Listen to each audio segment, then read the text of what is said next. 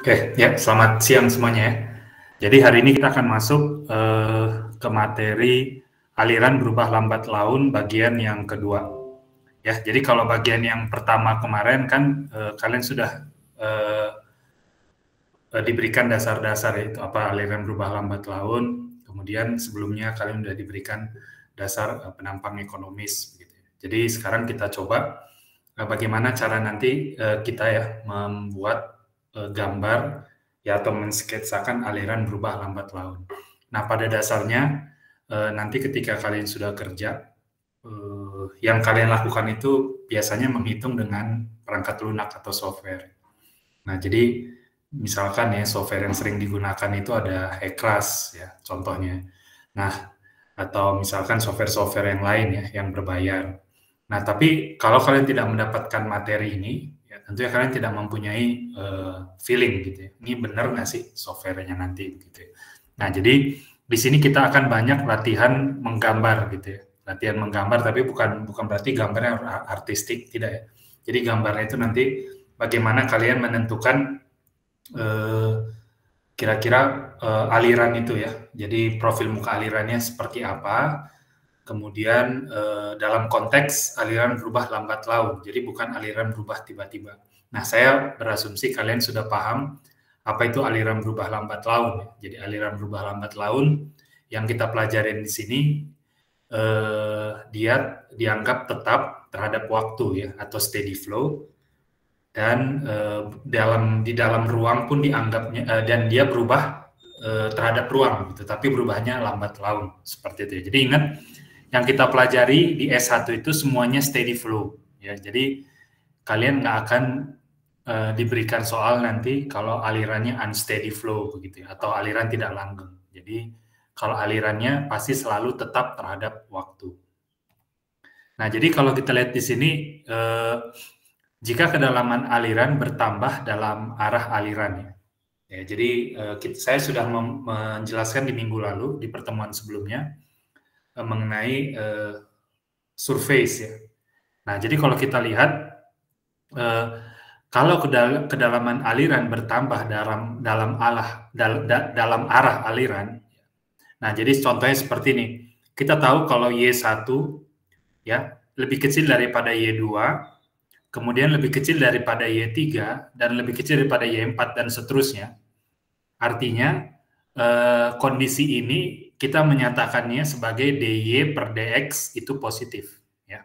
Jadi dy per dx berarti pertambahan kedalaman terhadap jarak bernilai positif ya. Kenapa? Karena kedalamannya bertambah. Nah, untuk kasus ini biasanya kondisi ini disebut sebagai backwater ya. Jadi backwater itu misalkan kalau ada pembendungan di depan ya, kalian mau bangun waduk, mau bangun bendungan, pasti ada backwater ya. Jadi ada nanti misalkan ya, yang tadinya di sini itu nggak banjir di lokasi 2, di lokasi 3 nggak banjir, sekarang harus banjir begitu ya. Kenapa? Karena muka airnya naik. Ada efek dari dy per dx positif ini begitu ya.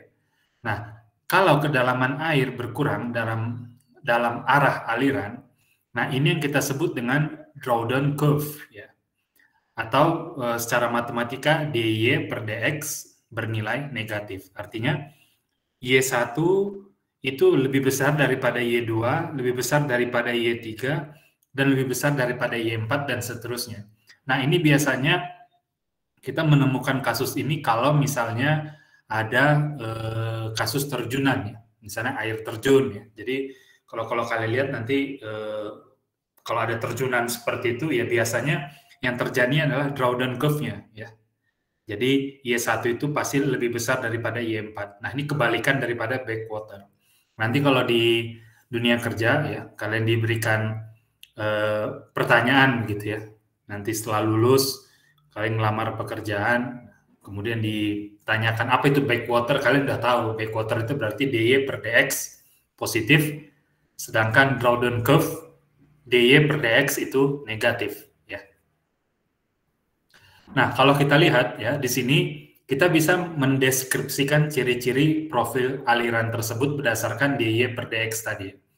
Nah, kalau dy per dx positif, artinya persamaan dinamis ABLL yang sudah kita jelaskan ya di pertemuan sebelumnya, itu bisa menghasilkan dua kemungkinan ya.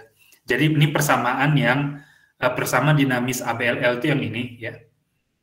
Nah, ini bisa menghasilkan dua kemungkinan. Yang pertama itu subkritis ya. Jadi kalau misalkan kalian kalian sederhanakan persamaan ini ya, tentunya kalau misalkan ya kalau dy per dx positif berarti kan ada dua kemungkinan ya. Kemungkinan pertama adalah yang kalau S0 ini kan dia selalu bernilai positif ya. Dia selalu bernilai S0 ini kan suatu nilai begitu ya, kemiringan ya. Kemiringan dasar saluran seperti itu. Nah, di sini kalau kita lihat, kalau dia positif, agar dy per dx ini positif, tentunya yang bisa yang atas positif dan juga yang bawah positif, begitu ya. Harus dua-duanya positif, karena kalau misalkan yang atasnya positif dibagi negatif, yang nilainya negatif, gitu. Nah, kalau ini misalkan kuadrat, karena ini sudah kuadrat, tidak mungkin maaf, kalau misalnya ini sudah kuadrat, nah yang kuadrat ini kan tidak mungkin bernilai negatif gitu ya, karena negatif dikuadratin pasti positif gitu. Jadi kalau dilihat di sini, supaya 1 dikurang kn per k kuadrat ini harus lebih besar daripada 0, maka nilai kn per k harus lebih kecil daripada 1. Dan seterusnya gitu ya. Dan juga jika 1 dikurang zc per z kuadrat lebih besar daripada 0, maka zc per z itu lebih kecil daripada 1. Nah, kalau kita lihat di sini, ada dua kemungkinan ya. Jadi, pertama itu, y lebih besar daripada yn, lebih besar daripada y kritisnya. Nah, untuk kasus seperti ini, ya, itu alirannya subkritis, ya, dengan saluran landai, itu di daerah 1. Nah, kita menyebutnya M1, ya. Apa itu saluran landai daerah 1? Nanti ada penjelasan berikutnya, ya. Kemudian, kalau Y lebih besar daripada Y kritis, lebih besar daripada YN itu adalah Y normal, maka aliran tetap subkritis, ya. Karena kenapa? Karena kedalamannya ini selalu lebih besar daripada kedalaman kritisnya, begitu ya. Artinya kan kalau kedalaman lebih besar daripada kedalaman kritis, kalian sudah belajar bahwa pasti itu alirannya subkritis ya. Nah, tapi subkritisnya ini dia tipenya bukan M1 tetapi tipe S1 ya. Tipe S1 yaitu subkritis saluran curam. Itu daerah 1 S1. Nah, S ini biasanya menandakan steep, dalam bahasa Inggris itu curam ya. Artinya ya. Jadi steep, kalau landai itu mild ya. Jadi M ya, mild. Nah, jadi ingat saja kalau M1 berarti mild daerah 1, steep 1 berarti steep curam di daerah 1. Nah, jadi sekali lagi kalau dy per dx positif akan ada dua kemungkinan. Nah, ini kemungkinan yang pertama itu seperti ini. Nah, kemudian kemungkinan yang kedua bagaimana gitu ya. Kemungkinan yang kedua adalah dua-duanya ini negatif gitu ya. Nah, kan kalau negatif dibagi negatif positif juga kan gitu ya. Jadi kalau ini negatif, atasnya negatif, di bawahnya negatif, artinya kalau kita sederhanakan maka dia harus memenuhi persamaan YN lebih besar daripada Y, dan yang kedua YC lebih besar daripada Y. Nah, kalau Y normal lebih besar daripada Y, ya, kalau kita buat seperti ini berarti Y lebih kecil daripada Y kritis, lebih kecil daripada Y normal. Nah, ketika kedalaman lebih kecil daripada nilai kedalaman kritisnya, artinya aliran tersebut bersifat superkritis. Ya. Kemudian kalau sama ya, jadi kalau di sini kedalaman ini ya lebih kecil daripada nilai kedalaman kritisnya, artinya aliran tersebut bersifat superkritis. Ya. Nah, jadi kalau rejim alirannya superkritis, superkritisnya ini pun sama seperti tadi ya, bisa kita bedakan lagi, yaitu superkritis untuk daerah landai, ya, daerah landai, daerah 3 ya, nanti daerah 1, 2, 3 itu apa nanti ada ya penjelasannya. Daerah landai, saluran landai daerah 3 ini kita sebutnya mile 3, superkritis itu saluran curam daerah 3, curam itu steep, kita menyebutnya steep 3, S3, begitu ya. Nah, jadi ini adalah kemungkinan yang kedua jika nilai DY per DX itu positif, seperti itu. Nah, kalau nilai DY per DX itu negatif, nah kalau negatif artinya dia hanya menghasilkan satu kemungkinan, begitu ya. Kenapa? Karena tidak mungkin positif dibagi positif atau negatif dibagi negatif, begitu ya. Jadi salah satunya harus positif dan salah satunya harus negatif, seperti itu. Nah, jadi kalau dilihat di sini, ya 1 dikurang KN dibagi K kuadrat itu lebih besar daripada 0. Nah, kalau ini lebih besar daripada 0, artinya YN lebih kecil daripada Y, dan kalau yang kedua itu kalau yang penyebutnya di bawah ini lebih kecil daripada 0, artinya YC lebih besar daripada Y. Nah, untuk kasus yang pertama, YC lebih besar daripada Y, lebih besar daripada YN, maka rejim alirannya adalah superkritis. Kenapa? Karena kedalaman kritisnya lebih besar daripada nilai kedalaman. Ya. Maka saluran ini memiliki rejim superkritis dan berada di daerah curam atau daerah curam. Nah, kita menyebutnya ini steep 2. Sementara yang kedua ini ya YN lebih besar daripada Y, lebih besar daripada YC. Nah, ini kita menyebutnya alirannya subkritis, ya subkritis. Kemudian saluran landai daerah 2. Nah, kita menyebutnya di sini M2, seperti itu ya. Jadi ini adalah DY DX kalau nilainya negatif, begitu ya. Nah, ada beberapa kondisi khusus ya. Mungkin sampai saat ini ya, sampai slide ini mungkin kalian masih bertanya-tanya gitu ya. Itu apa mild, steep gitu ya. Nanti ada di tabel. Nah, cuma di sini saya minta harusnya kalian sudah pelajari dari minggu lalu pertemuan yang sebelumnya ya, yang di bagian pertama bagaimana cara kita menurunkan persamaan dinamis aliran berubah lambat laun atau ABLL. Ya. Nah, di sini ada beberapa kondisi khusus. Nah, kalau Y sama dengan YC, ya, tadi kan persamaan yang tadi itu, kalau kita lihat, kalau Y sama dengan YC, maka DY per DX itu tidak hingga, gitu ya. Tidak hingga. Jadi, kenapa? Karena kan 1 dibagi 0 tidak hingga, begitu ya. Nah, jadi kalau kita lihat di sini profil aliran vertikal saat melintasi kedalaman kritis. Nah, jadi apa kondisinya seperti itu gitu ya? Profil aliran vertikal, kok bisa tiba-tiba alirannya vertikal gitu ya? Nah, kalau kita lihat di sini, bila kedalaman berubah tiba-tiba dari taraf rendah ke taraf tinggi, ya. Jadi kan tadi kan kalau kita lihat di sini misalnya, mungkin kalian nanti di sini jadi familiar dengan dengan loncatan hidrolis ya. Jadi kalau misalkan ini ada saluran begitu ya, dasar saluran, kemudian alirannya berubah ya. Kita lihat sini tiba-tiba dari taraf rendah ke taraf tinggi, artinya dari kedalaman rendah berubah menjadi kedalaman tinggi seperti ini. Nah, ini yang kita sebut dengan loncatan hidrolis. Loncatan hidrolis. Nah, ini akan kalian juga bahas nanti di praktikum hidrolika ya. Nah, ini ya walaupun ini tidak vertikal sebenarnya dalam aslinya sih tidak vertikal ini, tapi secara teoritis ya kita menganggapnya ini profil alirannya ini vertikal yang di sini gitu ya.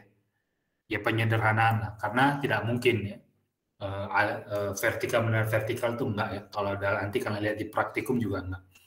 Nah, kalau lihat di sini ya yang kedua, bila kedalaman berubah dari taraf tinggi ke taraf rendah, sebaliknya. Nah, ini kita sebutnya dengan penurunan hidrolis. Kemudian jika Y sama dengan tak hingga gitu, jadi sangat kedalamannya sangat-sangat besar, maka DY per DX itu sama dengan S0. Ya. Logis ya. Jadi kalau tidak hingga artinya DY per DX sama dengan S0, artinya apa? Artinya permukaan aliran mendatar ya. Jadi permukaan alirannya benar-benar mendatar. Kemudian jika Y sama dengan Y normal, maka dy per dx sama dengan 0. Nah, jadi kalau inilah yang kita sebut dengan aliran seragam. Ya, aliran seragam di mana permukaan aliran akan sejajar dengan dasar saluran.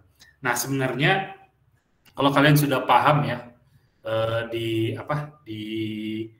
soal-soal post test sebelumnya yang sudah diberikan gitu ya, kalian seharusnya memiliki pertanyaan dalam hati gitu. Mungkin nggak sih ada aliran seragam di dunia nyata begitu ya? Mungkin nggak sih gitu ya? Jadi mungkin itu bisa kalian jawab pertanyaannya sendiri begitu ya. Mungkin nggak sih ada begitu ya?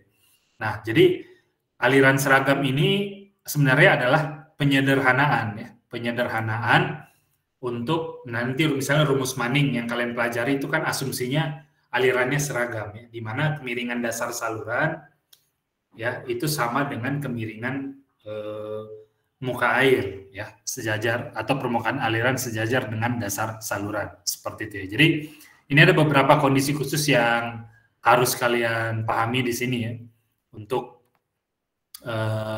mengerti mengenai aliran berubah lambat laun.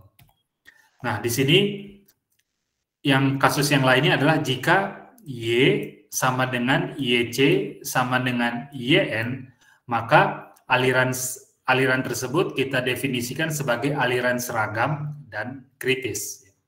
Nah, jadi untuk kondisi saluran dan debit tertentu, ya profil aliran kita bisa bagi profil aliran itu menjadi 3 daerah, ya. Yang tadi ya, jadi ada daerah 1, daerah 2, daerah 3 gitu ya. Apa itu daerah 1, daerah 2, daerah 3 nanti ada beberapa gambarnya. Nah, kalau lihat di sini ya, pertama kita mendefinisikannya sebagai landai, itu mile ya. Jadi landai mile, makanya di sini itu M ya. Kemudian kalau kritis ya, kritis kita menyebutnya itu C, critical ya. Kemudian kalau curam itu steep ya. Jadi curam bukan C ya. Nah, ini kan bahasa Indonesia. Curam itu steep, itu S, kita sebutnya sebagai S. Kemudian kalau datar ya atau horizontal, kemiringan dasar salurannya kita menyebutnya H ya. Kemudian kalau menanjak adverse kita menyebutnya sebagai A ya. Ini H, ini A. Nah, kan yang kita pelajari yang tiga kasus pertama ini ya. Yang 3 kasus pertama ini adalah ketika salurannya itu berubah ya, dasar salurannya berubah, memiliki kemiringan.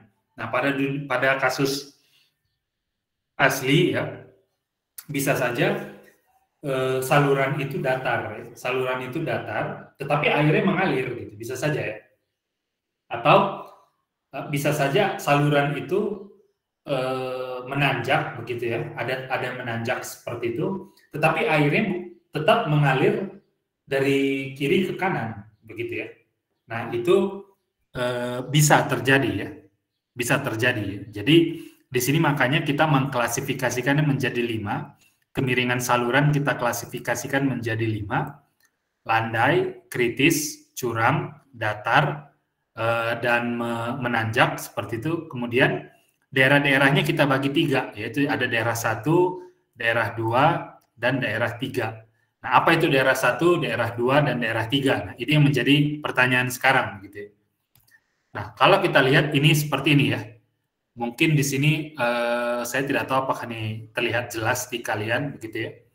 Nanti bisa di videonya dilihat lagi, kemudian bahan kuliah itu bisa di zoom ya.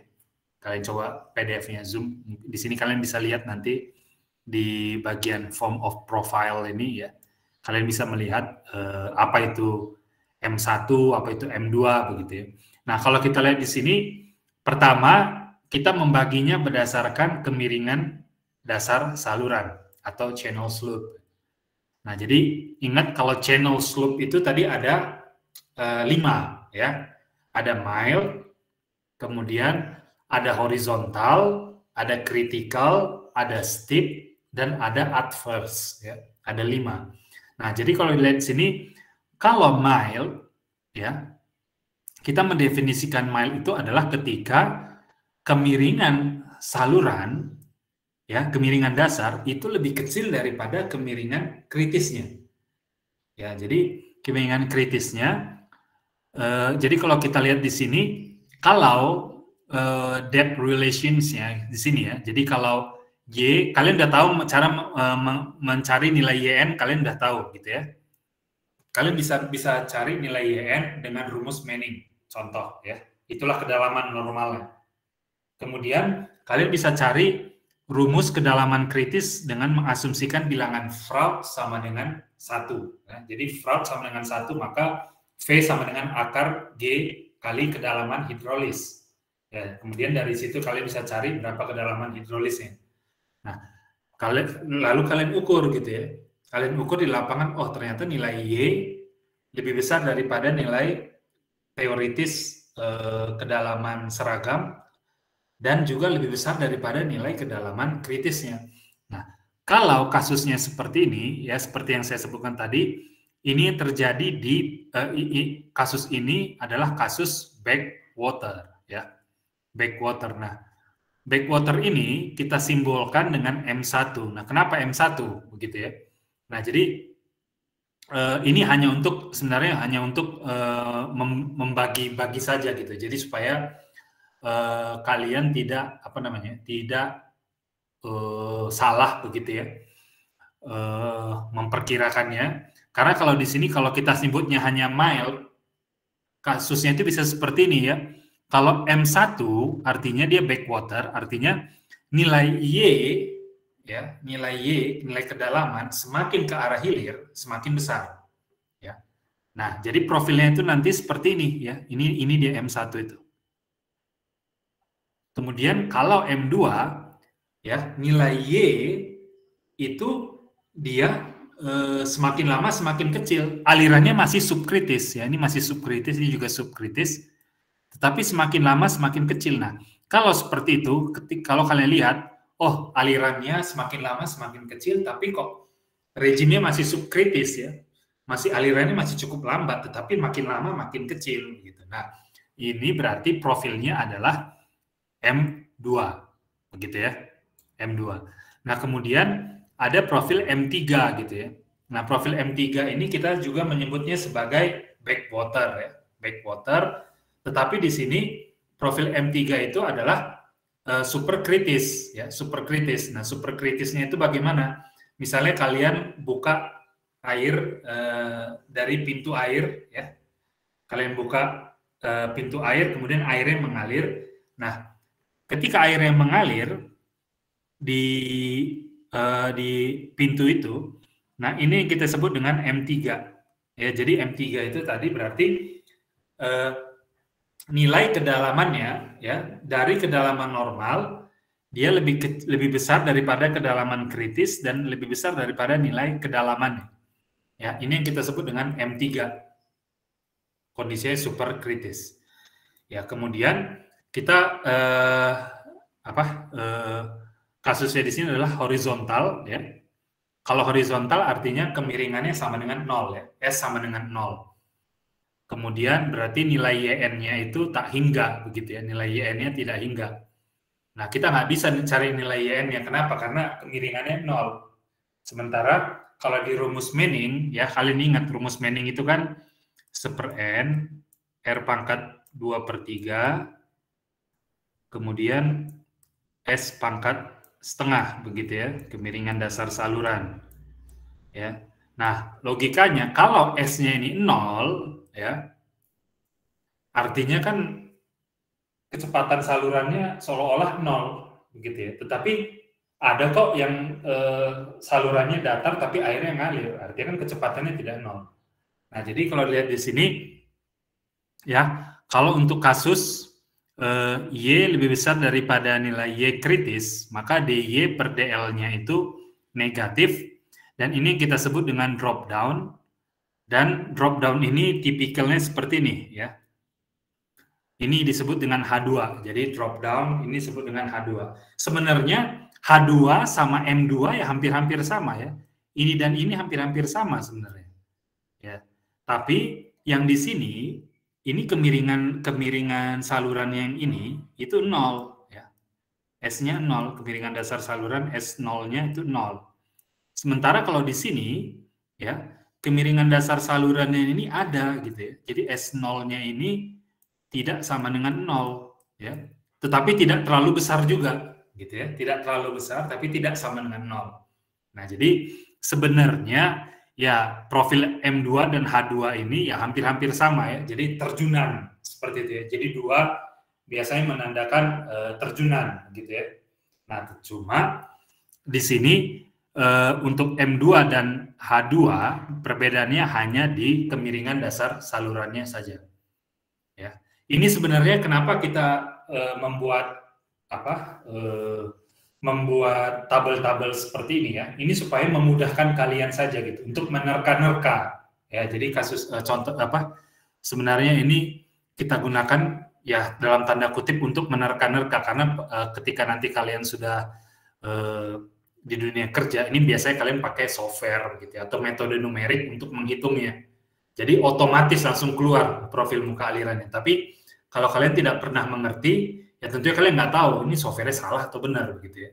Nah, jadi di sini kita coba tabel-tabelkan seperti ini supaya nanti kalian paham, oh ternyata tidak mungkin ya kalau airnya terjunan ya, kalau terdapat terjunan seperti ini, kemudian tidak mungkin profilnya itu berada di daerah 1 atau 3 gitu. Nggak mungkin gitu. Pasti dia daerah 2. Nah, kemudian daerah 2 itu seperti apa? Yang pasti airnya seperti terjun ke bawah seperti ini gitu ya. Nah, kemudian kalau dilihat di sini ya kalian pasti akan membedakannya lagi gitu ya. Oh, ternyata saya berada di posisi kedua. Oh, saya punya kemiringan dasar saluran atau enggak? Kalau kemiringannya ada, berarti saya masuknya di mile, contoh. Atau saya masuknya di horizontal, contohnya seperti itu ya. Dan ini seterusnya begitu ya. Ini nanti kalian sebenarnya buka tabel ini gitu ya. Ya kalau misalnya dalam di awal-awal ya belum terbiasa, ini sebenarnya tabel ini adalah kuncinya gitu ya. Yang diberikan di sini itu adalah kuncinya. Bagaimana nanti kalian memprediksi ya kurang lebih bentuk profil muka aliran. Karena ini cukup penting ya. Misalnya nanti kalian mendesain suatu saluran dan kalian tidak ingin saluran tersebut melimpas. Nah, tentunya kalian harus tahu karakteristik alirannya gitu. Berapa dimensi saluran yang akan kalian buat supaya airnya tidak melimpas. Nah, ini adalah steep ya, ini sambungannya. Jadi steep dan kemudian adverse ya. Nah, kalau kita lihat di sini ini tadi steep ya. Sebenarnya steep 2 tadi kan kita punya profil M2, kemudian kita punya profil tadi H2 dan kita sekarang bahas dulu yang S2 begitu ya. Nah, kalau kita lihat ya hampir-hampir sama sebenarnya ya. Ada kesamaan di sini walaupun tidak ada kemiripan di sini, bukan sama ya. Berarti ada serupa tapi tidak sama ya. Jadi di M2 ini sebenarnya serupa dengan S2. Nah, serupanya di mana? Oh, ternyata kalau dia memegang predikat atau memegang nomor 2 begitu ya. Dia pasti akan ada seperti terjunan atau turunan seperti itu ya. Muka airnya itu akan turun. Nah, di sini juga kita lihat di S2 ini kan muka airnya turun gitu ya. Nah, jadi sebenarnya kegunaan kita membuat tabel ini supaya mempermudah kalian nantinya untuk memprediksi aliran ya, aliran yang akan terjadi di saluran. Nah, ini juga contohnya kalau adverse bagaimana ya. Adverse bagaimana. Ya, ini sebenarnya kalian nanti tinggal lihat di tabel ini. Sekali lagi nanti kalau kalian kerja, ini udah jarang sekali dipakai begitu ya. Yang ada itu adalah kalian nanti misalnya kalian pakai software yang sudah ada, kemudian kalian running begitu, nanti keluar permukaan alirannya itu keluar ya. Nah, jadi kalau udah keluar ya kalian bisa desain kalian bisa desain struktur saluran kalian gitu ya. Nah, cuma sekali lagi tanpa mempelajari ini ya kalian tidak mungkin bisa mengerti secara mendalam software yang akan kalian gunakan seperti itu ya. Nah, ini adalah profil aliran yang tadi. Jadi kalau kita resumekan gitu ya. Nah, jadi sebenarnya kalau mild slope ya, kalau mild slope itu kan dia ada 3 tadi ya. Jadi ada yang M1. Nah, M1 itu kira-kira bagaimana? Kira-kira M1 itu kayak terbang perlahan-lahan gitu ya. Terbang perlahan-lahan. Kalau M2 itu bagaimana? M2 itu dia terjun ke bawah ya. Nah, kalau M3 bagaimana? Kalau M3 itu berarti dia seolah-olah naik ke atas, begitu ya. Naik ke atas. Nah, ini kita sebut dengan M3. Sama juga ya, di steep slope, ya, untuk steep slope, yang S1, ya, itu naik begitu dari kedalaman normalnya. Ini adalah kedalaman normal, ya. Yang garis putus-putus ini kedalaman normalnya begitu ya, atau kedalaman kritis ya, yang putus-putus ini kedalaman kritis, sorry. Ini kedalaman kritis ya, ini kedalaman normal. Nah, kalau kalian lihat di sini ya, kira-kira permukaan alirannya nanti seperti ini gitu ya, S1, S2, dan S3. Nah, kemudian ini ada tipikal-tipikal juga yang jarang terjadi ya, yang jarang terjadi, contohnya seperti ini. Ya, jadi ini ada mild, kemudian dari mild tiba-tiba turun seperti itu. Ini sebenarnya jarang ya. Tapi yang perlu kalian pahami sebenarnya yang M1, M2, M3. Kemudian S1, S2, S3, C1, C3, seperti itu ya. Kemudian ini ada H2, ada H3, ya, untuk horizontal slope. Kemudian ini ada A3 dan A2, ya, untuk adverse slope ya. Nah, jadi dilihat di sini yang perlu kalian pahami di sini ya, ini contoh-contohnya seperti ini gitu ya. Contoh-contohnya misalkan nanti kita ada latihan gitu ya. Bagaimana cara kalian memprediksi kenapa kok di situ H2 Pak gitu ya. Kenapa bukan M2 gitu ya. Nah, ingat nanti kalau kalian lupa, buka lagi tadi yang tabel tadi, yang 2 halaman tadi. Kalian lihat, oh ternyata YN-nya kuncinya itu tadi ya. Ini saya balik sedikit. Kuncinya itu ada di sini ya, di depth relations-nya ini ya. Ini jangan lupa ya, kalian jangan lupa yang ininya. Ya. Jadi kalau yang pertama yang kalian harus pahami ya depth relations-nya dulu gitu ya. Kalau hubungan kedalamannya, kalau ini kalian udah tahu, ya sebenarnya kalian udah bisa tinggal pakai aja. Oh, kalau udah begini, ya tentunya saya pakai nilainya M1. Profil muka alirannya pasti M1 gitu. Nggak mungkin M2. Nah, jadi kuncinya adalah bagaimana kalian bisa tahu dulu ya di kolom kedua nih ya, depth relations ini.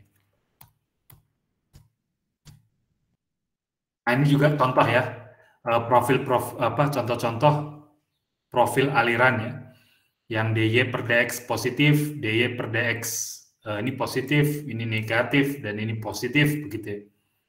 Nah, ini saya lanjut saja, ini kalian harus banyak latihan ya, nggak bisa langsung mengerti langsung ya. Apa itu M1, M2, M3 ya. Ini juga tipikal-tipikalnya begitu ya, tipikal-tipikalnya. Ya, kalau NDL itu adalah normal ya. Normal depth line ya. Di sini adalah garis kedalaman normalnya ya. Kalau steep slope ya, ini juga ya. Jadi ini sengaja saya berikan di sini supaya nanti kalian kalau latihan bener nggak sih kalau nanti saya gambarkan itu bener nggak nanti kira-kira bentuknya seperti C1, C3, misalnya C1 ya, C1 atau C3 ya.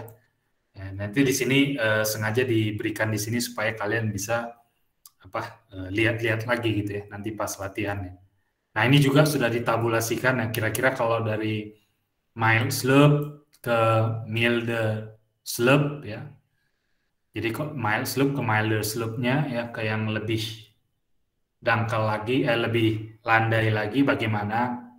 Kemudian dari mild slope ke steeper mild slope ya. Ini tentunya kalian nggak usah hafalin gitu ya.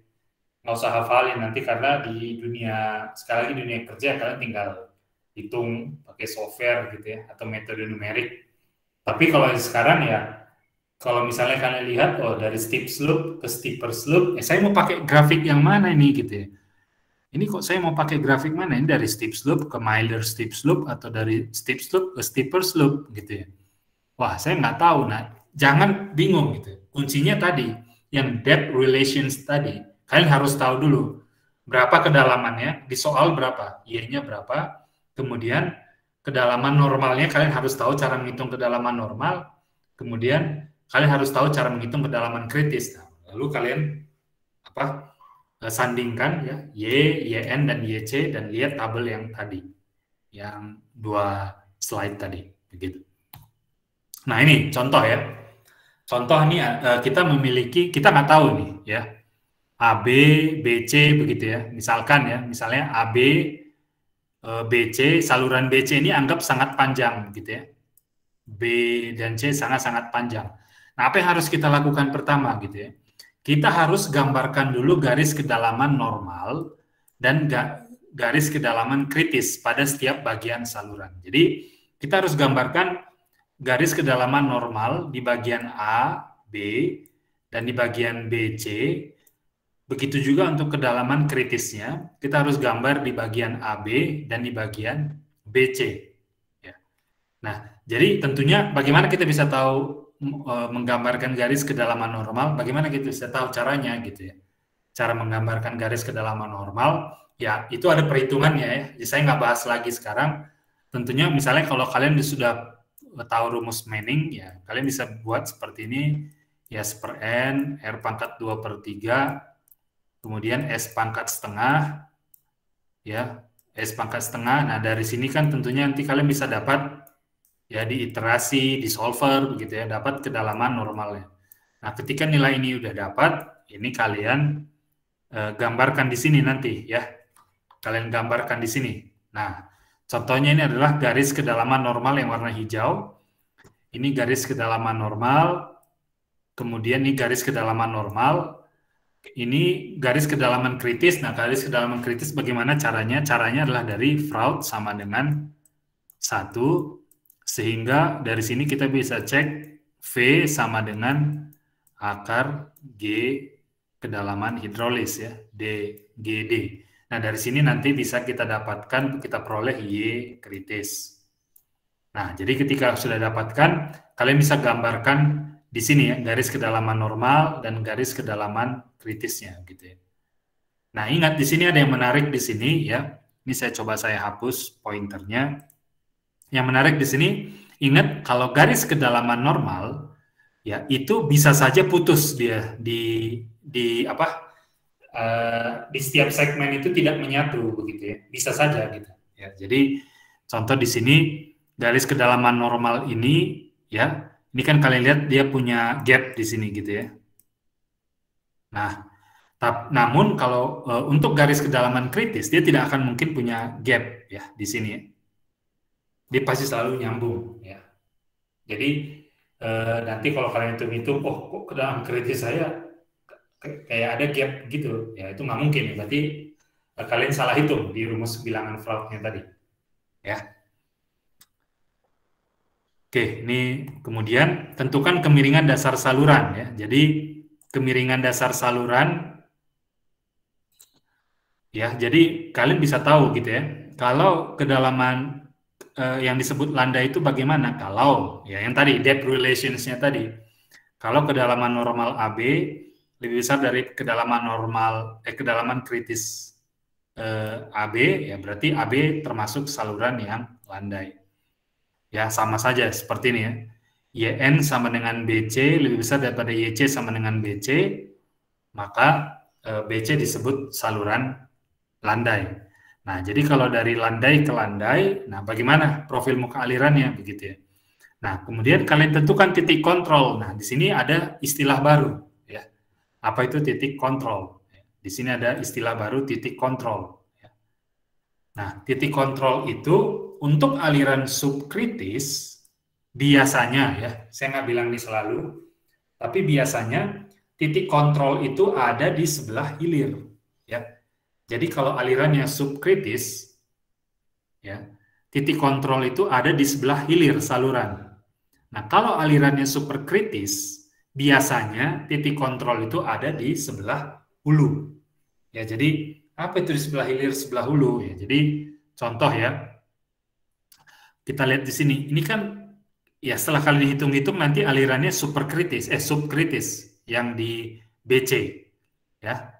Oh, ternyata berarti titik kontrolnya itu ada di sebelah sini ya, di hilir saluran. Ya, kemudian dimulai dari titik kontrol ya, kemudian kalian harus bisa mensketsakan profil muka alirannya mengikuti profil muka air yang sesuai. Jadi contohnya, nah kalau seperti ini kan tadi, buka lagi tabel yang tadi ya. Buka lagi tabel yang tadi. Oh, ternyata kalau titik kontrolnya itu ada di sini, kemudian saya mendapatkan YN lebih besar daripada YC, ya, YN lebih besar daripada YC, berarti di sini ya saya mendapatkan profil M1. Kenapa? Karena titik kontrol saya di sini berada di atas garis kedalaman normal dan garis kedalaman kritis. Artinya di sini yang ini diketahui ya, biasanya ini diketahui. Oh, ini diketahui ya. Oh, di sini ternyata misalnya tadi setelah kalian hitung-hitung dapat YN ya. YN di sini kalian hitung-hitung dapatlah nilainya 2 meter. Kemudian Y kritisnya dapat nilainya 1 meter. Kemudian diberikan di soal, oh titik kontrolnya di sini itu ada 4 meter, begitu. Nah, kalau seperti ini kan berarti dari 2 ke 4, kemudian kedalaman normalnya lebih besar daripada kedalaman kritisnya, berarti sudah pasti profilnya itu adalah M1. Ya, seperti itu. Nah, sebentar. Ini saya coba hapus. Nah, yang kedua, kalau alirannya super kritis, ya, maka titik kontrol itu ada di sebelah hulu. Ya, di sebelah hulu, ya. Nah, jadi kalau di sini ini yang kita sebut dengan titik kontrol, ya. Titik kontrol itu yang ini dan yang ini. Nah, biasanya kalau dalam nanti kalian kerja ini disebut dengan syarat batas, ya. Sebenarnya sama-sama saja. Menurut saya itu ya dalam konteks ini ya sama-sama saja, titik kontrol. Jadi ingat, titik kontrol biasa diberikan ya. Diberikan titik kontrol itu biasanya diberikan, dikasih tahu gitu atau dikasih clue-nya begitu ya. Jadi titik kontrol ini penting. Kalau nggak ada titik kontrol ya kita nggak bisa gambarin profil muka alirannya gitu ya. Nah, jadi titik kontrol ini dalam dunia nyata apa? Misalnya titik kontrol itu kalau untuk kasus di sini, titik kontrol itu adalah ketinggian bendungan atau ketinggian bendung yang akan dibangun. Ya, atau biasanya titik kontrol di sini adalah berapa elevasi muka air pasang surut di laut, ya, sehingga dia bahkan akan mempengaruhi ke arah hulu, seperti itu ya. Nah, kemudian kalau titik kontrol yang ada di sini, ini saya coba hapus lagi. Nah, kalau titik kontrol yang ada di sini, ya, berarti kan ternyata dari Y di sini, ya, ke Y yang ada di sini itu menurun, ya, kemudian dia memenuhi persamaan yang ini, lah berarti sudah pasti dia M2 gitu ya. Nah, mungkin dia M1.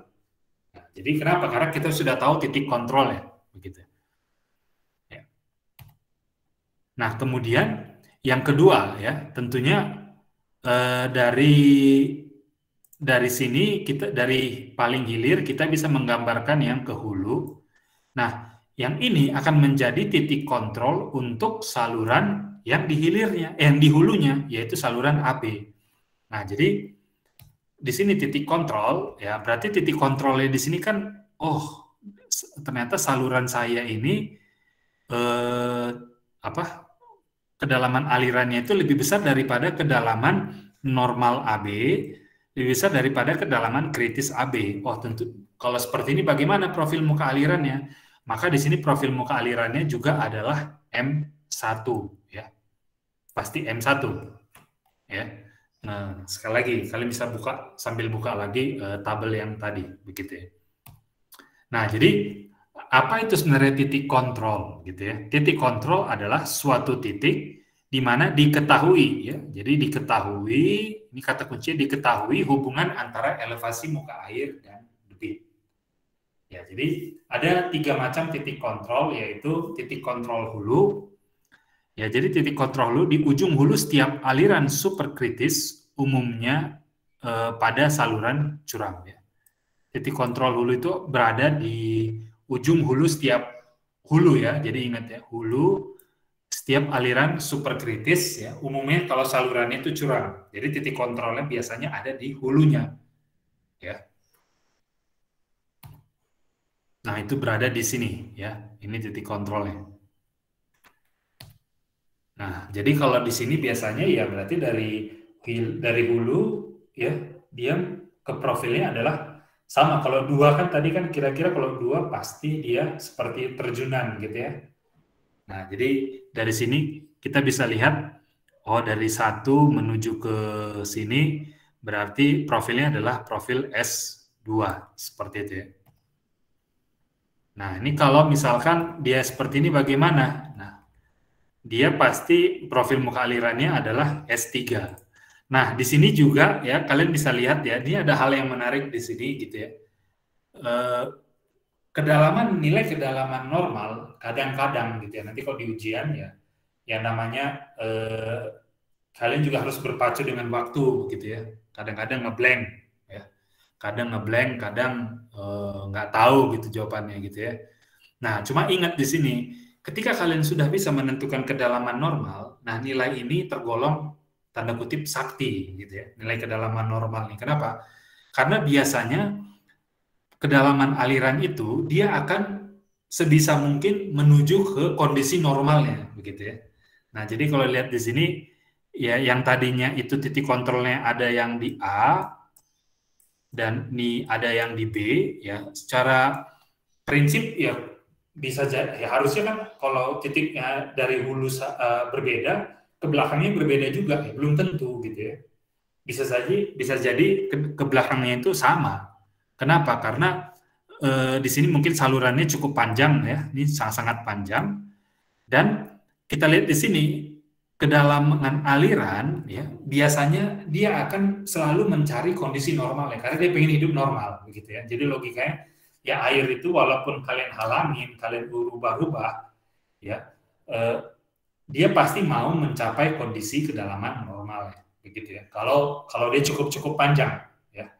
Ya, jadi kalau dia sama ya, jadi logikanya kalau kalian diberikan waktu yang cukup panjang, pasti kalian ingin hidup normal ya, selalu mencari idaman atau normal ya, kondisi normal atau kondisi idaman yang kalian harapkan gitu. Nah, di sini juga kalau saluran itu sangat-sangat panjang, diketahui sangat-sangat panjang, nah jadi kata kuncinya itu bisa di kedalaman normalnya ini ya. Jadi pasti dia akan menuju ke kedalaman normalnya.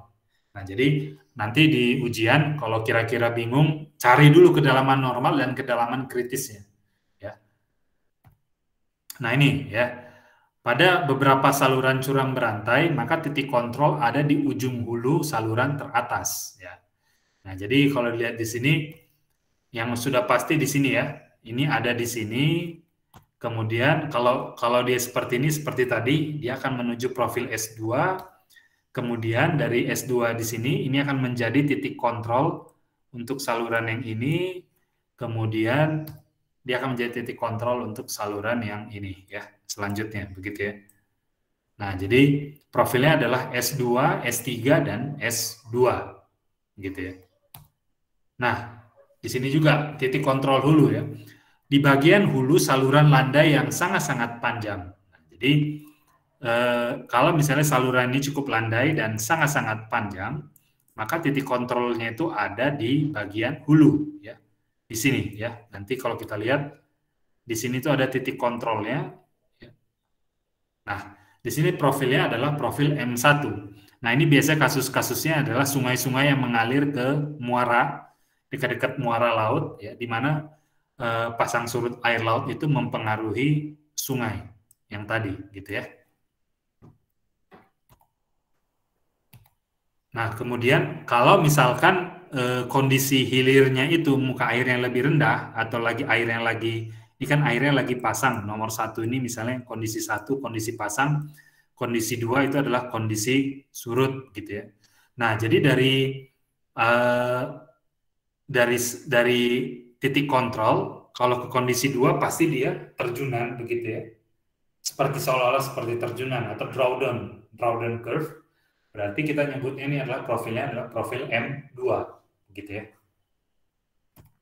Nah, ini contoh lagi ya, kalau titik kontrol hilir itu di ujung hilir saluran curam yang sangat panjang. Nah, jadi kalau kita lihat di sini biasanya seperti ini ya. Nah, jadi lihat di sini kan dia juga selalu mencari kedalaman normalnya ya, di sini ya, kedalaman normalnya.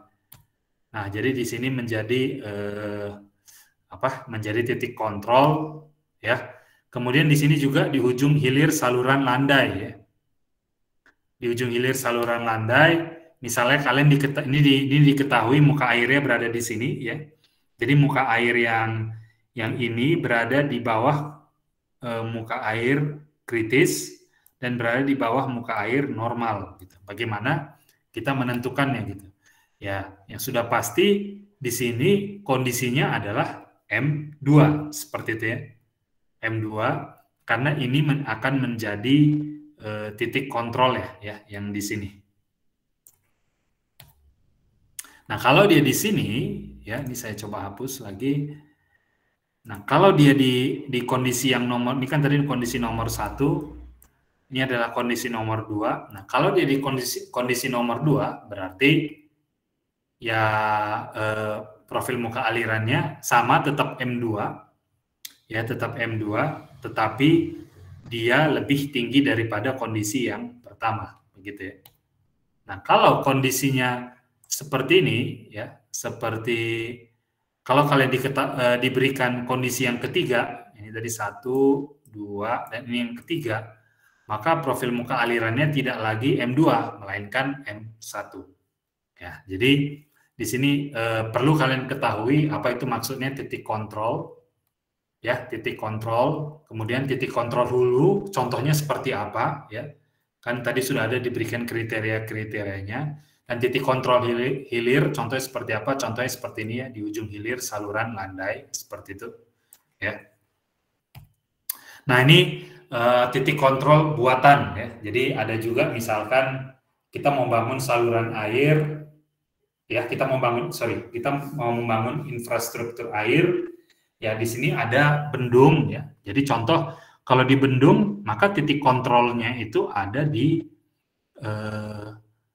sekitar di sini. Jadi kalau kalian lihat nanti ini kalian pelajari di praktikum hidrolika gitu. Ini ada titik kontrolnya adalah di H, di mana H itu akan memenuhi persamaan Q sama dengan C L H 3/2. Ini contoh ya.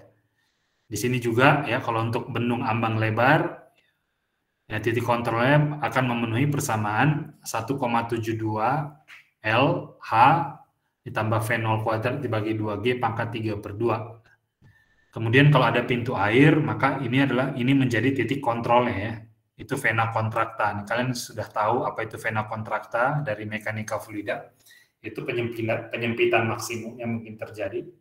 Nah, jadi di pintu air juga akan berlaku seperti itu di vena contractanya.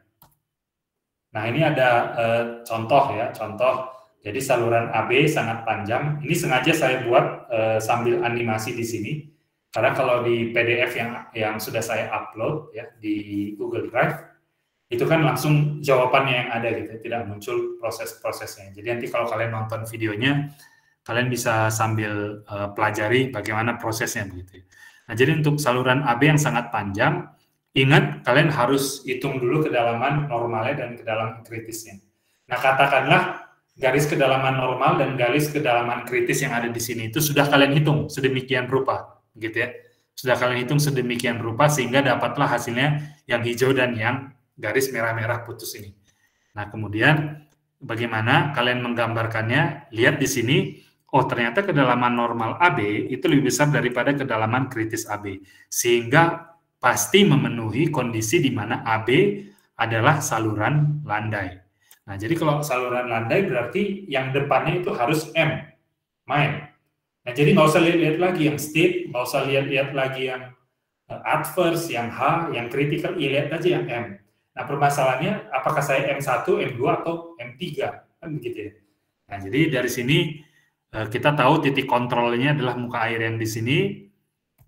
Nah, kemudian dari sini kita bisa lihat, oh ternyata profil muka alirannya adalah M1 untuk kondisi yang di atas, dan untuk kondisi yang di bawah, profil muka alirannya adalah M2. Seperti itu ya. Ini contoh ya, contoh yang kedua, ini ada pintu air. Nah, pintu air ini sering ya, struktur infrastruktur keairan. Contoh misalnya kalian mau bangun pintu air ya, yang kalian sering lihat di Jakarta banyak itu pintu air dibuka. Tentunya kan kalau dibuka airnya akan mengalir dari bawah gitu ya. Nah, kalau seperti ini berarti yang kalian lihat, oh di sini ada pintu air, di sini ada muka air. Yang pasti muka air di sini akan menjadi titik kontrol ya. Muka air yang di sini pasti akan menjadi titik kontrol hilir. Nah, jadi di sini yang pertama kalian harus gambarkan adalah yang sudah pasti ya, kedalaman normalnya dan kedalaman kritisnya.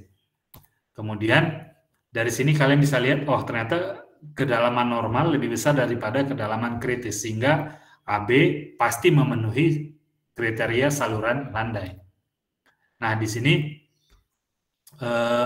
kalian lihat di sini titik kontrolnya berarti ada dua, yaitu satu yang di sebelah hilir, satu yang di sebelah hulu. Nah, di sini titik kontrolnya apa? Titik kontrolnya ini adalah vena kontraktanya yang di hulu ya. Jadi kalau lihat di sini berarti profilnya adalah M3. Kenapa M3? Karena YN lebih besar daripada YC dan nilai Y-nya itu lebih kecil daripada kedua ini gitu. Jadi kalau lihat di sini YN lebih besar daripada YC, lebih besar daripada nilai Y. Y itu apa? Y itu yang mana? Y itu adalah yang di sini, kedalaman yang ada di sini dari titik kontrol ke dasar salurannya ya. Terus di sini oh berarti kan kalau YN lebih besar daripada YC, lebih besar daripada Y, ini mau tidak mau pasti M. Nah, tapi kita lihat oh di tabel tadi itu ini kan pasti M3. Oh ya sudah, berarti kan pasti gambarnya kurang lebih seperti ini gitu ya. Nah, seperti itu. Kemudian titik kontrol yang kedua itu ya sama, konsepnya sama, maka akan kita akan menemukan profil M2 seperti itu. Nah, jadi ini berarti dari dari M3 ke M2 dia harus berubah cukup cepat ya, berarti di sini akan terjadi loncatan air ya. Loncat air. Seperti itu. Nah, ini mau dites di lapangan ya pasti bentuknya akan seperti ini kurang lebih, akan ada loncatan air di sini. Ya, akan ada loncatan air di sini ya, yang akan mengalir nanti ke arah hilirnya ya. Nah, ini juga contoh ya, ini saya mungkin ini sambil saya next cepat begitu ya, supaya kalian nanti kalau di rekamannya nanti kan kalian bisa pause gitu ya. Nah, seperti ini ya, kalian lihat. Nah, di sini titik kontrolnya ya, profilnya S2, kemudian kalau yang kedua maka titik kontrolnya ada di yang kedua, maka profilnya adalah S3 ya, S3 dan alirannya adalah super kritis.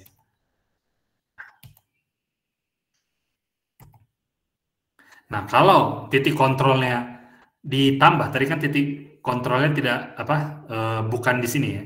Nah, sekarang kalau titik kontrolnya ada di sini begitu, maka bagaimana karakteristik profil muka alirannya? Ya sudah pasti profil muka alirannya adalah S1. Ya, jadi kenapa S1? Karena alirannya ini adalah saluran yang super kritis begitu ya. Saluran yang super kritis tentunya di sini saya tidak pasti memenuhi persamaan yang S1 begitu ya. Jadi kalau lihat di sini akan terjadi loncatan air yang tadi ya, di tempat yang tadi. Ini juga seperti ini ya. Jadi sama saja konsepnya.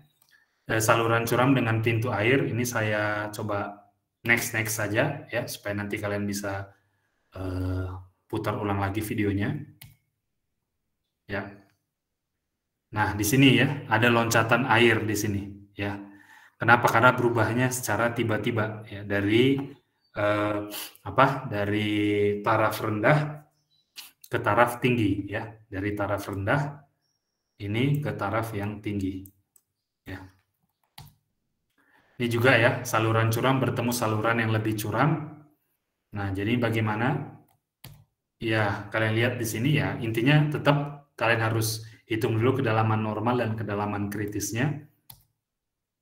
Kemudian ini ada titik kontrolnya. Yang pertama, kalau yang titik kedua, titik kontrolnya ada di sini ya. Jadi profilnya tetap S2 dan S3. Dan kemudian dari sini ini menjadi titik kontrol ya, kedua untuk saluran BC. Nah, jadi untuk saluran BC berarti tinggal profilnya adalah S2 seperti itu ya. Nah, jadi kalau lihat di sini ya, bagaimana cara kita menghitungnya seperti ini tadi ya. Berarti YN-AB lebih besar daripada YC-AB dan YN-BC lebih kecil daripada YC-BC begitu ya. Jadi di sini saluran landai bertemu dengan saluran curam ya. Nah, di sini berarti titik kontrolnya ada di hilir saluran landai atau di hulu saluran curam gitu ya. Nah, jadi seperti ini. Oke. Nah, ini ada juga saluran curam bertemu saluran landai ya. Pada intinya sama saja gitu ya. Kalian tinggal cari di mana titik kontrolnya. Nah, ini bisa terjadi loncatan hidrolik, atau yang kedua, kemungkinan yang kedua adalah ini ya. Loncatan hidroliknya ada di saluran landainya, yang tadi ada di saluran curamnya seperti itu ya. Nah, ini juga kalau waduk atau reservoir bertemu saluran curam ya. Nah, jadi bagaimana ini kita bisa menghitungnya ya. Berarti ini adalah titik kontrolnya. Ini profil S2 dan sementara ini ada H ya. Jadi seakan-akan seperti bendung tadi ya. Seperti itunya titik kontrolnya ada di lokasi di sini begitu ya. Nah, ini juga ya. Jadi reservoir bertemu saluran landai sangat panjang. Nah, jadi kalau lihat di sini ya, pokoknya dari nilai kedalaman normal dan kedalaman kritisnya, kita bisa mengetahui apakah ini saluran landai atau saluran curam gitu ya. Ini ada titik kontrolnya ya, kemudian tinggal kita selesaikan seperti itu ya. Jadi profilnya adalah M2 ya. Kemudian kalau saluran AB itu pendek, maka pengaruh muka air hilir sampai ke reservoir begitu ya. Nah, jadi kalau lihat di sini ya, berarti muka airnya kurang lebih M1 ya di AB ini.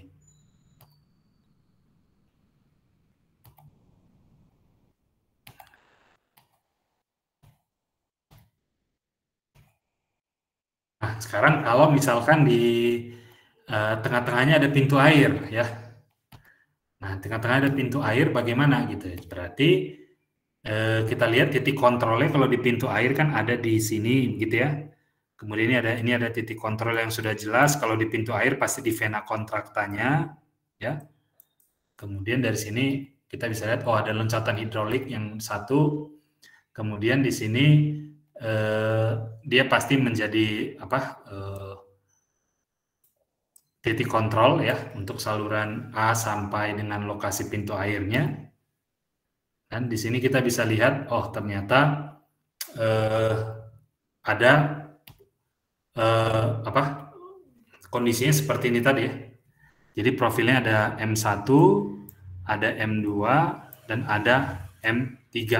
Nah, ini beda sama yang tadi kan. Yang tadi kalau salurannya cukup panjang, ya, maaf, kalau tidak ada pintu air yang tadi, ya dia akan salurannya yang tadi yang seperti yang garis biru-biru yang kedip-kedip ini gitu ya. Yang kedip-kedip ini. Tapi setelah adanya pintu air, Nah, muka air di sini bisa naik ya menjadi profil M1 seperti itu. Nah, ini juga ya. Ini Nah, kalau ada pintu air ya, maka dia akan berubah ya. Nah, seperti ini. Kalau kalian lihat, nah, jadi pengaruh pintu air ini bisa terlihat dengan jelas di sini gitu. Ini pintu air. Jadi pintu air itu bisa merubah profil muka aliran ya. Yang tadinya garis biru-biru putus-putus kedip-kedip ini gitu ya. Nah, sekarang dengan adanya dengan adanya pintu air, maka profilnya menjadi S1, S3 dan S1 lagi. Seperti itu.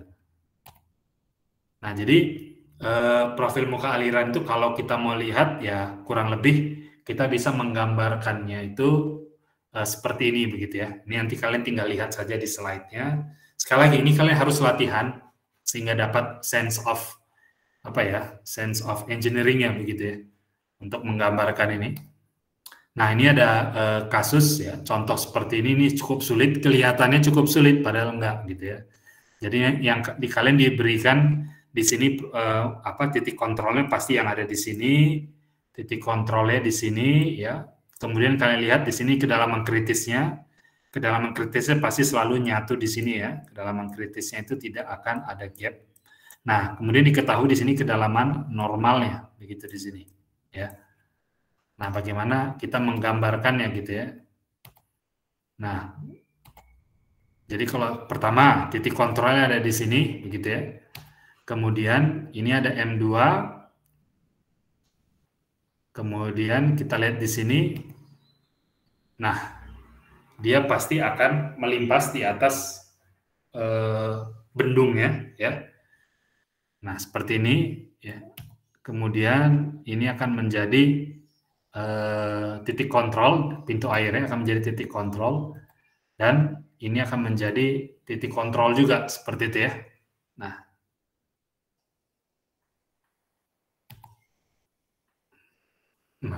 seperti itu. Nah, kalau ini curam-curam, landai-landai, ya, ini jangan lihat ini ya, ini seakan-akan curam, padahal ini dianggap landai lah, begitu ya. Nah, bagaimana? Ya, tetap saja, sama saja gitu ya.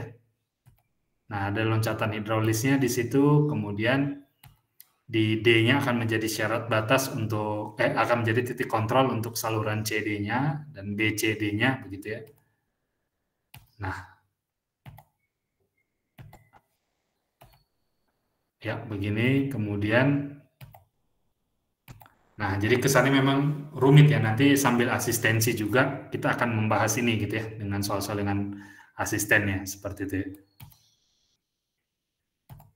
Nah, jadi profil aliran itu profil di dekat atau pada kedalaman kritis tidak dapat diramalkan ya berdasarkan teori ABLL karena aliran bersifat berubah tiba-tiba. Nah, jadi ingat, kita kan tadi berbicara aliran berubah lambat laun. Aliran berubah lambat laun, tetapi kalau terjadi loncatan hidrolik itu kan alirannya sudah berubah tiba-tiba ya. Jadi sebenarnya loncatan hidrolik itu tidak bisa dijelaskan dengan teori ABLL, aliran berubah lambat laun. Nah, loncatan hidrolis dapat terjadi baik di saluran hulu maupun di hilir ya, tergantung dari keterjalan relatif dari kedua kemiringan yang ada. Nah, jadi bila saluran hulu memiliki kemiringan yang menanjak, debit tidak terpengaruh oleh keadaan saluran hulu, tetapi oleh taraf genangan di hulu. Ya. Jadi ini profil A2, jadi ini untuk yang menanjak. Ya. Nah, ini juga ada satu kasus ya, pada saat melintasi garis kritis, ya, profil aliran mendekati vertikal. Ingat ya, jadi ketika dia mendekati garis kritis, maka profil aliran itu dia seolah-olah akan vertikal seperti itu ya. Nah, jadi sehingga kemiringan profil aliran ya itu tidak dapat diramalkan dengan tepat sesuai teori ya.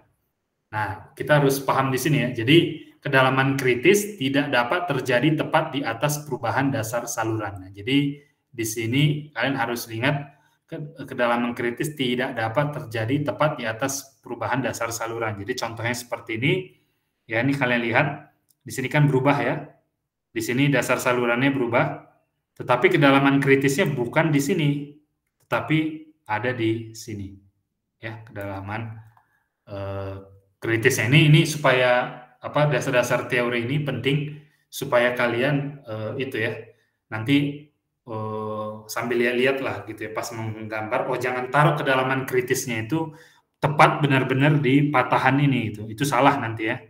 Ini harus ada. Jadi semua informasi yang ada di slide ini silakan dicatat ya, dipahami dulu sebelum nanti kalian menggambarkan profil alirannya seperti itu ya. Nah ini juga profil aliran yang nanti silakan kalian lihat ya. Ya ini sudah diberikan ya. Jadi contoh dari mild ke milder slope ini sebenarnya yang tadi gitu ya. Ini juga contoh lagi ya, kalau semua segmen saluran sangat panjang. Nah, ini kita sebut dengan aliran seragam ya. Ini kita sebut dengan aliran seragam. Di sini juga aliran seragam. Nah, yang berada di tengah-tengah ini yang kita sebut dengan aliran berubah lambat laut, ya. Jadi ABLL itu berada di profil M1 ini, begitu ya. Nah, jadi kalau lihat di sini, ini landai, ini curam. Nah, sama ya. Nah, jadi aliran seragam itu berada di sini. Kemudian aliran seragam juga berada di sini. Nah, yang di antaranya itu inilah yang disebut dengan aliran berubah lambat laut. Nah, ini ada beberapa contoh latihan ya. Contoh-contoh soal untuk latihan. Ini kalau di PDF yang sudah saya berikan itu kan tidak ada videonya. Ini sambil saya klik ya. Nanti bisa kalian rewind atau dipercepat ya di videonya. Nah, jadi seperti ini contoh soal nomor 1.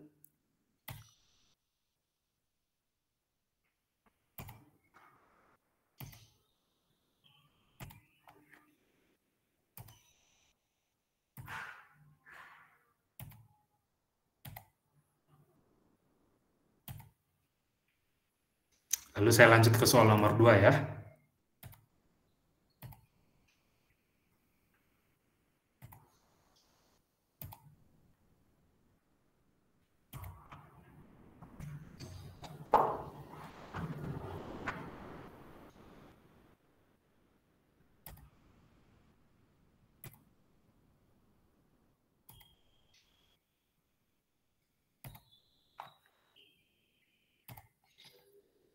Oke, saya lanjut ke soal nomor 3.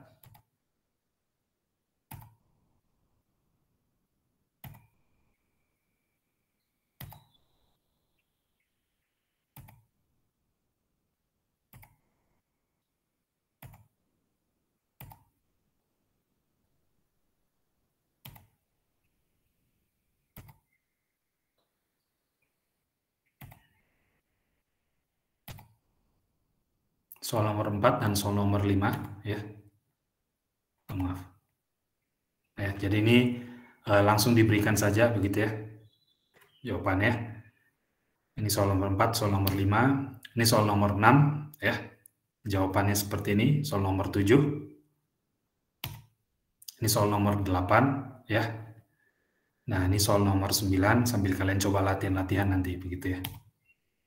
Ini untuk soal nomor 10 seperti ini. Ya, terima kasih ya. Jadi kalau kalian nanti ada pertanyaan, ya bisa juga email ya ke saya begitu ya.